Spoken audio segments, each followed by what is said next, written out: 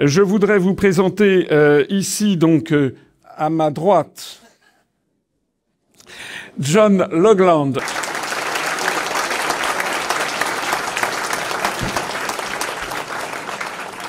Alors, je connais John depuis longtemps. Moi, je l'adore, en fait, parce que non, parce qu'il est, il est extrêmement intelligent, enfin, comme tout le monde ici autour de cette table, d'ailleurs. Mais il a un côté très britannique. Je ne sais jamais s'il est diplômé d'Oxford ou de Cambridge. Comment? Oxford. Oxford. Voilà, parce qu'à chaque fois, je me fais envoyer sur les roses, parce que si je dis Cambridge, bon. Enfin bref, non, John vit en France, il parle très très bien français. Il est un des pères spirituels, si l'on peut dire, du Brexit. Il a notamment écrit un ouvrage qui a eu beaucoup d'authenticement sur les sources pourries de la construction européenne. Enfin, en anglais, c'était Tainted Sources. Ça a été traduit en français par La Liberté des Nations. C'est un ouvrage où il a été un des premiers à aller chercher justement les origines peu reluisantes de la construction européenne. Voilà.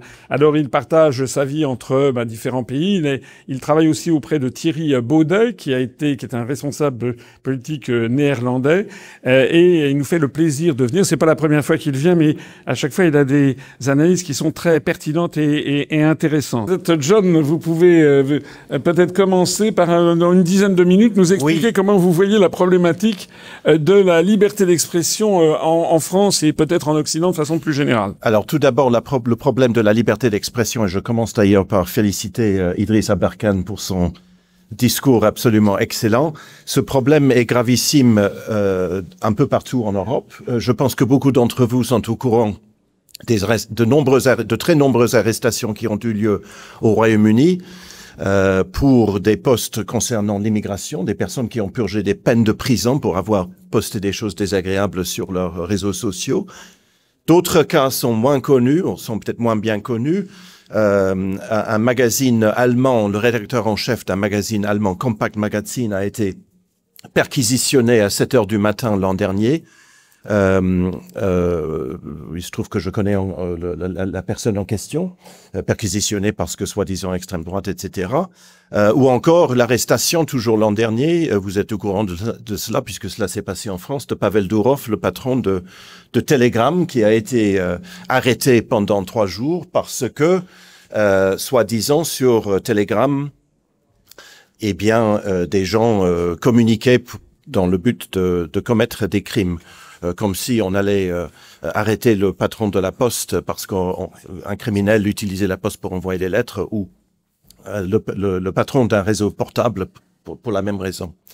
C'est donc extrêmement grave, et le fait que cela se passe dans tous les pays, en tout cas dans tous les pays européens, montre qu'il s'agit, en tout cas moi qui suis complotiste, je pense que cela nous montre que c'est organisé. Et si j'ai une chose que je voudrais rajouter à la conférence de Idriss Aberkan, c'est un concept que j'ai utilisé dans un cours que je dispensais dans un petit institut universitaire à Paris, cours qui a été supprimé d'ailleurs cette année, supprimé parce que cours que je dispensais donc sur les médias et sur la démocratie et les médias. Et ce cours a été supprimé. Je dispense maintenant à la place un cours beaucoup moins controversé sur la philosophie politique. Pourquoi? Parce que les étudiants étaient 45% contre moi, 55% pour, et c'est bien sûr la minorité qui l'a emporté.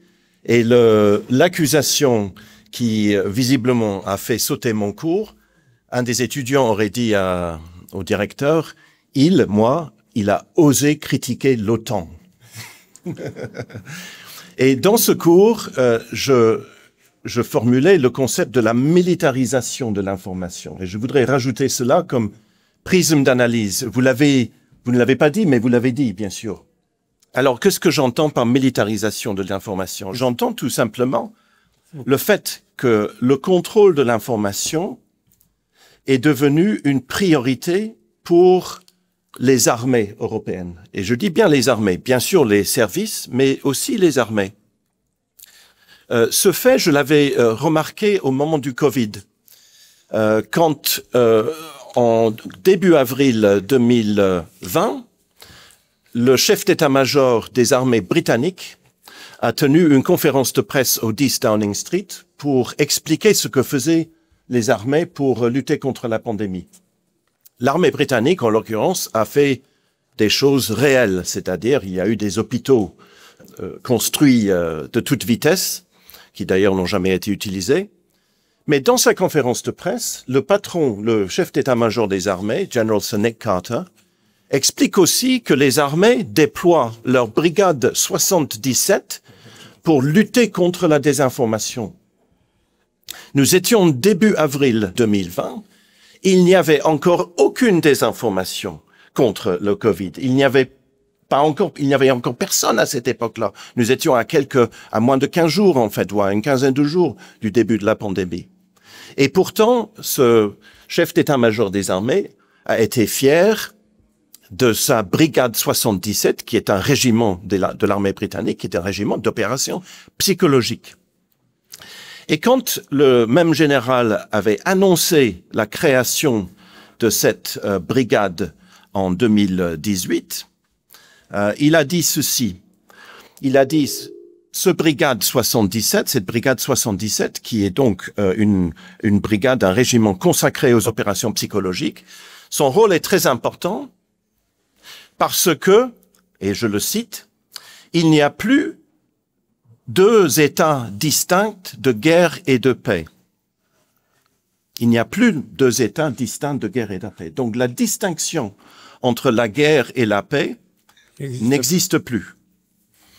Plus loin, il cite un journaliste, je crois à la solde de ces mêmes armées, qui, en parlant de la guerre en Ukraine, nous étions en 2018, donc ce n'était pas la guerre actuelle, c'était la guerre dans le Donbass.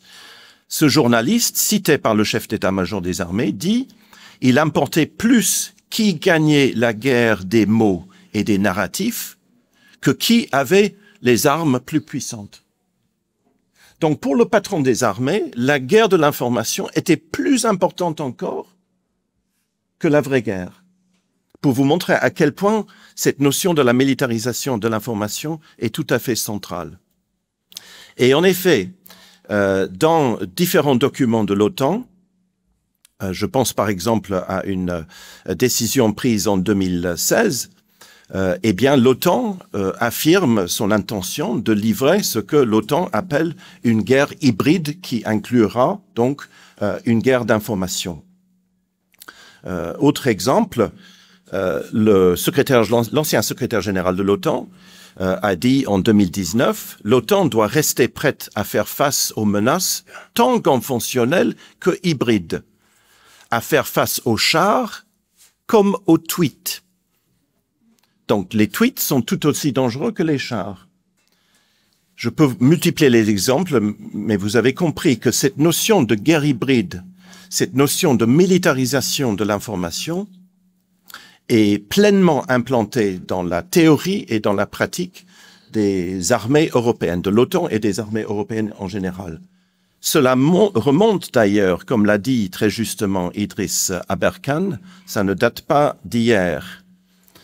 Cette idée qu'il faut effacer la distinction entre la guerre et la paix, elle est sans doute plus ancienne encore, mais je la retrouve en 1948 dans la bouche de George Kennan. George Kennan, l'un des politologues, l'un des conseillers politiques les plus influents de l'histoire américaine, qui en 48, au moment de la création de la CIA, dont je vous rappelle qu'elle a été créée précisément pour livrer des opérations psychologiques. La CIA n'a pas été créée pour recueillir de l'information ou de l'intelligence, mais au contraire pour livrer la guerre psychologique et pour livrer ce qu'on appelle ouvertement la guerre politique, political warfare. George Kennan écrit ceci, je cite, « La guerre politique, c'est l'application logique de la doctrine de Clausewitz en temps de paix. Nous avons été handicapés, écoutez bien, nous avons été handicapés par un attachement populaire au concept de la différence fondamentale entre la paix et la guerre. » Donc toujours cette même idée que la paix et la guerre doivent être en quelque sorte confondues. Il ne m'arrive pas très souvent de citer le président de la République, Emmanuel Macron. Mais ces citations nous montrent bien que nous sommes en guerre. Nous sommes en guerre. C'est une guerre qui est livrée, selon les dires de toutes ces personnes que j'ai citées. Nous en sommes les cibles, parce que c'est une guerre qui est livrée au niveau des élites européennes, internationales, au niveau des structures internationales. Et nous en sommes les cibles, c'est-à-dire l'ennemi, c'est le peuple. Dans une guerre, il y a un ennemi. Et nous, le peuple, nous sommes l'ennemi qui est visé par cette guerre. J'ai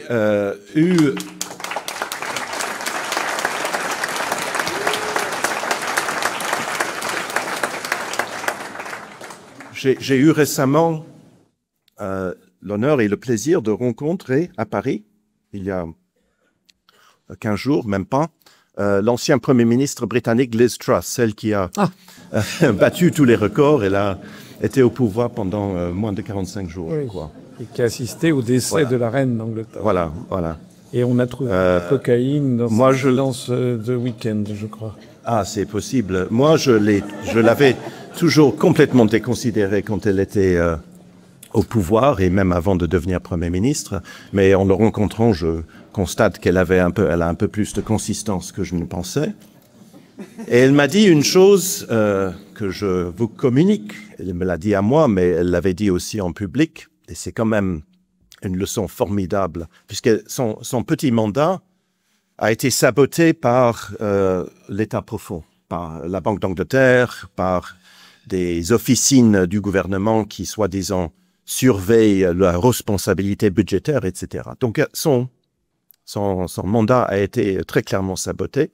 Elle en a beaucoup parlé maintenant en public, mais elle a dit une chose, c'est vraiment une leçon pour l'UPR et pour tous ceux qui sont attachés à la démocratie. Elle m'a dit ceci: je suis arrivé au sommet du pouvoir dans mon pays et j'ai constaté que je ne pouvais rien faire. Je ne pouvais rien faire. On peut virer le Premier ministre, on ne peut pas virer le gouverneur de la Banque d'Angleterre, qui est le plus puissant entre les deux. Et cette remarque, elle l'a complétée aussi ensuite dans un échange public en disant qu'il faut absolument en finir et en découdre avec les institutions. C'est une question d'institutions. Ce sont les institutions qui nous gouvernent, l'État profond, on l'appelle comme ça, mais les institutions, certaines institutions en particulier. Pour l'Angleterre, la Banque d'Angleterre, Office of Budget Responsibility. Pour d'autres, pour la France, il doit y avoir les mêmes structures. Et c'est la raison pour laquelle l'UPR et François Asselineau a 1000 fois raison de dire qu'il faut sortir de l'OTAN et de l'Union européenne. Merci.